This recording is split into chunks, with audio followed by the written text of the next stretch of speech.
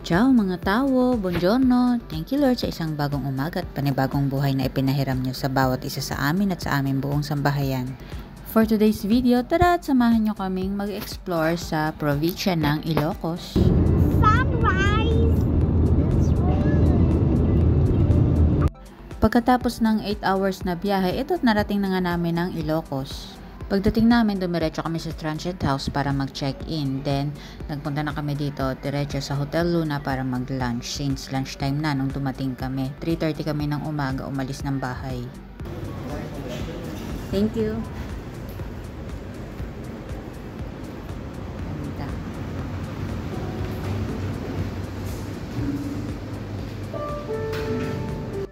Sobrang ganda dito sa hotel na to. Grabe, nakaka-amaze yung mga lahat ng makikita mo.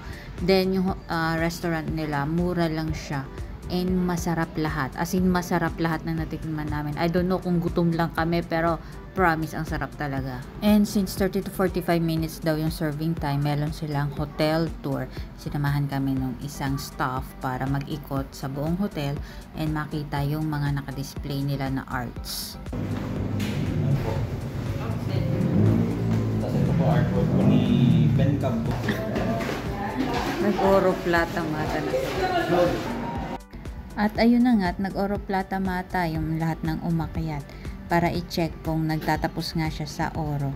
Apakaganda ng hagdan na to, nakaka-amaze, ang kintab-kintab, ang ganda ng pagkakahoy. Amazing. Oro plata.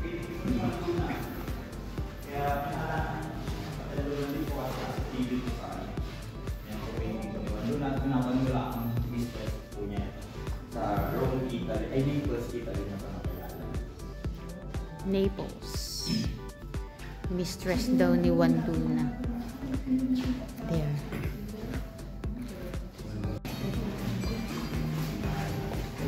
Oh. Bases po from different Chinese dynasties po. Ano pong room to? Boardroom po. Boardroom. Yes po. Nang nina General? Okay. Kala ko ni General Luna eh.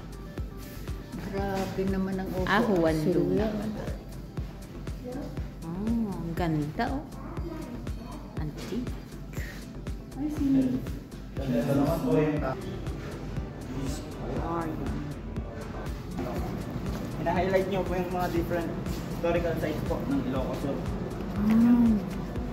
Cute. Ito po yung Caleta, Solo po, Besang Pasco, yan po, sa historical site po ng province. Hindi lang po yan.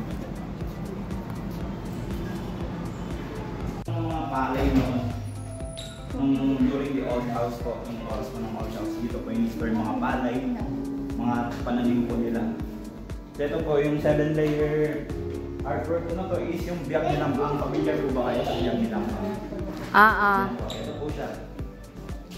Ito po yung nakakit nilang ang nakakit inas kanungyan. Dito po yung Trojan horse na nila yung armor.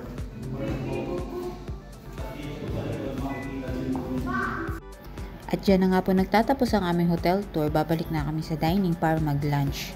Until next time, ciao!